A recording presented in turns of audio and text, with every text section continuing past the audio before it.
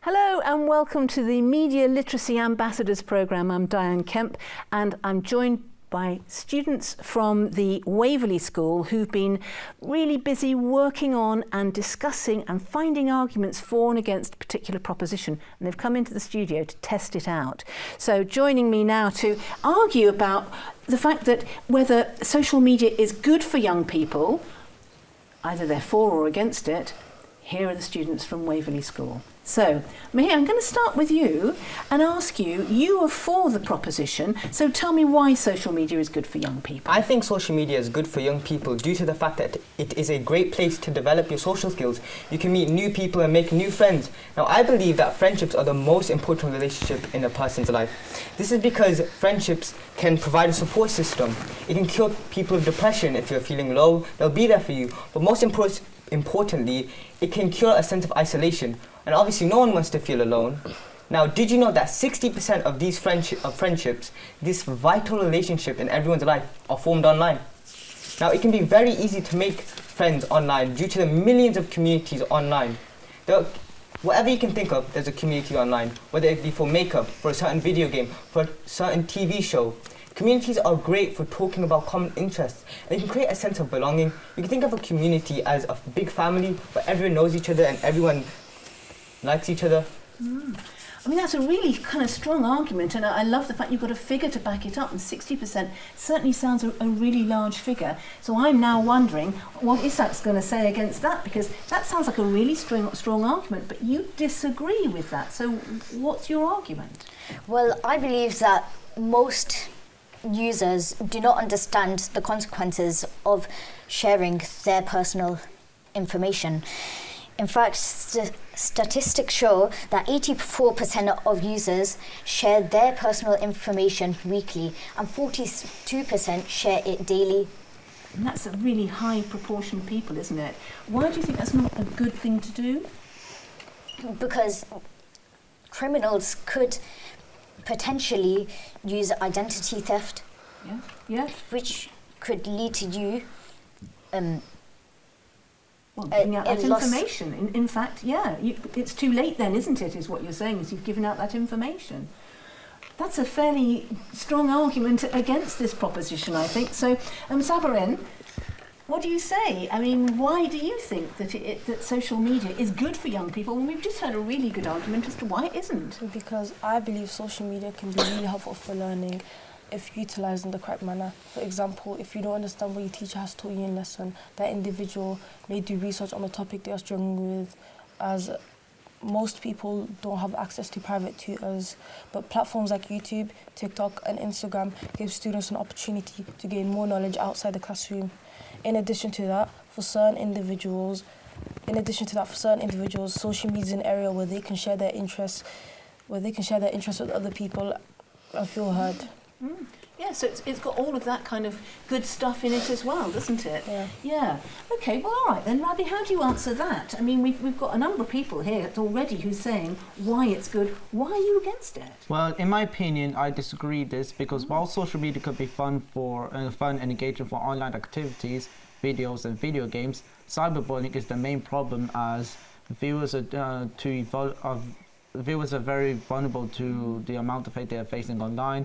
This can lead to social anxiety, depression, or even suicide.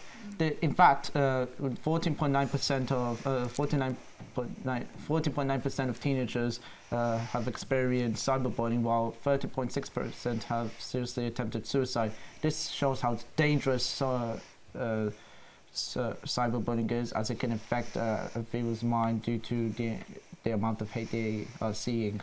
And in addition to this, cyberbullying can destroy a person's self-esteem, as they blame themselves about what they see and why did they see this, which can affect their minds.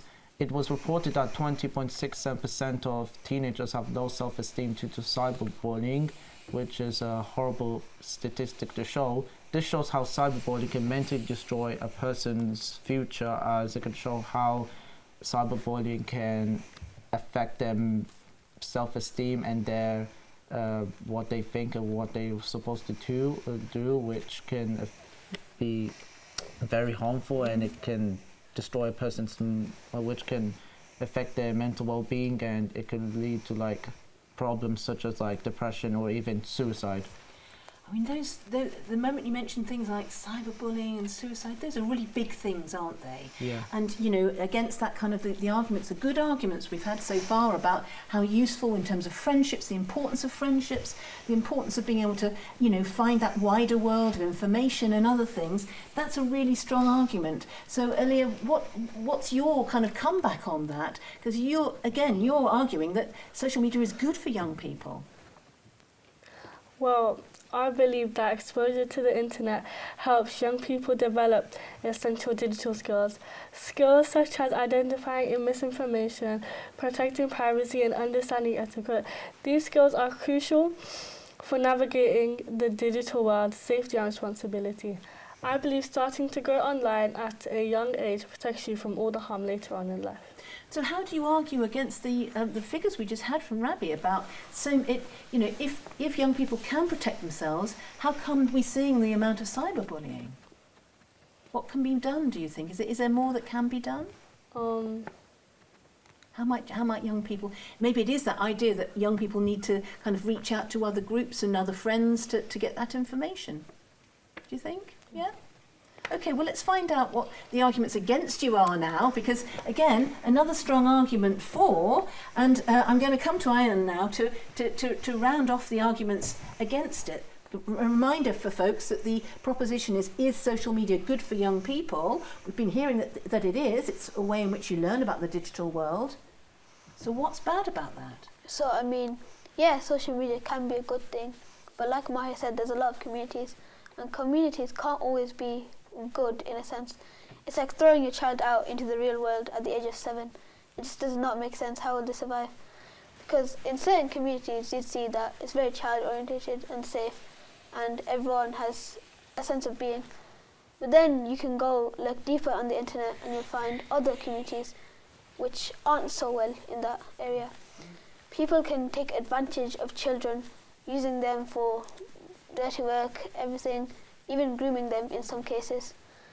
And police in real life don't really touch on online safety as much because they're a real life entity, they don't handle internet work. So they won't intervene necessarily as much as they would in real life. This means there are more people trying online than rather in real life, which is a bad thing because there's loads of kids online. Studies show that over half of people who use social media are inherently children. So if you think about it, all those children going to all these different communities which can be easily disturbed by bad people with bad intentions just means that your children aren't safe. But how do you answer the really good point that Elia made about, where do you learn to use the digital? You need to be on the digital space to learn it. You need to be able to access friendships and other groups and information. Surely you do need to use it. So what safeguards might there be, do you think? Well, she said that you can make friends online, but how do you know those friends are real friends? Because in real life, you have tests to determine if your friends are real or not, like if they have your back. But online, it's very easy to lie, because you're not looking at someone's face, are you? You're staring into a screen. So people could just lie about anything they want. Well, let's go back to Mahir, because, that was your proposition, wasn't it? That actually friendships are one of the crucial, who here is going to disagree that friendships are really important, right? But they're one of the places you find it. Even if you can't trust someone online, that is very good experience for spotting bad things about other people. Because in real life, you'll also meet bad people trying to manipulate you. And that is really hard to track. But online, it is really easy to track what people say and do. So, police... It's because, the reason why police don't do anything about online is because people are too scared to speak up. But police can easily help young people. And if young people find out how to deal with these bad people, they can learn and they can help them in the real world. So, there's that argument you were making about, it's where you learn, right? So who here is going to argue against that? If you didn't have the social media and you weren't on it, where would you be learning those good skills to know how to check, how to, verify things, because social media is not going away. Who would like to answer that? Who would like to pick that up? I'll answer. Yeah. So So so the point being, surely young people need to be on social media, Abby, so they can actually learn those sort of self-defense arts, if you like.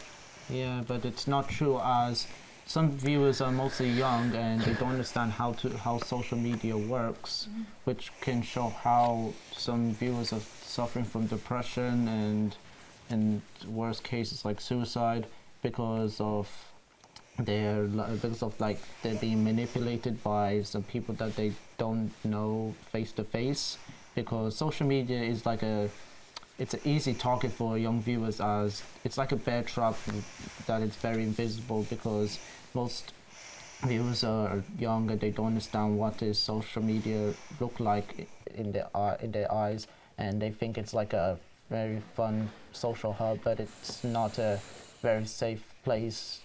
Just like how you go outside and you meet some strangers that you don't know. I am? Yes, go on. Yeah. So I was about to say, there's a reason why your parents exist. Your parents should be teaching you all of this stuff, because they're your guardians, and guardians are supposed to guard you, protect you, and protecting someone is teaching them how to be safe. So you don't need to go online to learn all of this stuff. You can ask your parents who may have experience in real life. Okay. Yes, please. Yeah, but some people also find it easier to be themselves online without worrying about being judged or laughed at. For example, someone who struggles with speaking in front of others might feel more confident sharing their opinions and ideas online. Yes, and it also definitely helps build their self-esteem as well. Yes. Could I counter that? Yes, of course. But it's also very easy for people to spread hate online, because they don't need to worry about repercussions like getting called the police on, or maybe getting into an actual harmful fight. They're just at a screen, they're just typing non-stop onto what looks like a random website. They don't care. That could actually hurt you even more than it protects you. What do you say to that? No matter where you are in the world, there will always be hate. But the thing we need to do as young people is deal with this hate. If we keep on thinking social media is bad, we shouldn't be using it, how are older people going to view social media? They'll be like, oh, we don't need it. They won't be on social media. So how do we teach young people who are on social media to be better if older people don't use it? We can't. So instead of seeing social media as a bad thing, we need to show that it can be used good, and that we have to teach young people how to use it appropriately. I think this argument could go on for quite a while. What do you think? I'll take another couple of points, and if you have one final point to come back onto afterwards, let's do that. But let's come, Rabbi, you first. It's true that hate is everywhere, from online to online to real life. But here's the problem: some haters in online can do whatever they want, even if they've been stopped, because they have the free will to do everything they want in social media rather than real life. Because in real life there's some very strict rules, like if you do something bad, you might end up some consequences, like you getting a fine or even get a sentence in prison. But in social media, while there's some rules in social media, like for example, do not trust strangers online and do not follow malware websites, groomers and haters can do whatever they want, as they don't have restrictions like that. There's no real life people can stop them. So even if they stop some warnings or something, they can still carry on, as they have the free will to do whatever they want, and they can hurt some young viewers, which can affect their minds. Yes. So you know how, Maher, you said that social media can be a good place. We're just saying that right now it's not a good place. It has the potential in its current state to become somewhere very safe, but right now I feel like people are taking advantage of it. It's not a very good environment, so to speak. Do you want to add something? Yes, I want to add to Ian Rob's point. I think this can add to online harassment, and it can even lead to stalking. Yeah. And that could obviously lead you to being maybe even kidnapped or shot, or you never know. So real life danger, if you like. Yes. Yeah. Crossover onto the real world. Yeah. Okay, really passionate arguments there. I mean, I get the feeling you three feel really strongly that actually, there is all the potential for good that's there. A final word then to counter any of this, mate? Yeah. So, you said that it can be a good place, but right now it is not a good place. how are we going to make a good place if we don't see the benefits of it? How can we make it a good place if we don't teach young people about what's wrong about it? And Rabi, you said that there are no rules on the internet and you can do whatever you want. I have a question for you. Can you physically touch anyone? Can you stab anyone? Can you steal for someone else? The only thing you can steal is personal information. But even then, we should learn to keep our things safe, both in real life and online. Okay, so well, I'm going to stay over this side. Sabarin, is there anything you want to add? Leah, if there's anything you want to add to this? Also, some people in real life, they might not like have real friends, and like online, you don't know how like they are. Some people like in real life, their friends like they could snake them, like they could just talk behind their backs. But online, like there's other possibilities, aren't there? yeah. Yeah. Leah? Like, I'd say on social media there's better opportunities for like someone, like if you're like antisocial, you could say, if you're like antisocial and you don't really like talking to people in real life, I feel like on social media there's better opportunities, and like even work-wise or making friends wise as well. Yeah. I can tell you aren't all going to agree. But I think we need to leave it there. What I'd say is really strong arguments. Part of the problem with these discussions is that there's rarely a one answer, because there are all of those problems and all of those strengths. That's the difficulty. So I want to thank you for putting those arguments so clearly and so passionately. And this has been the Waverley School on the proposition of social media being good for young people. I think the answer is yes and no. So really well done. And that's it for Waverley School. And that's a wrap. Well done, everybody. Wow. You guys did. That was good, man.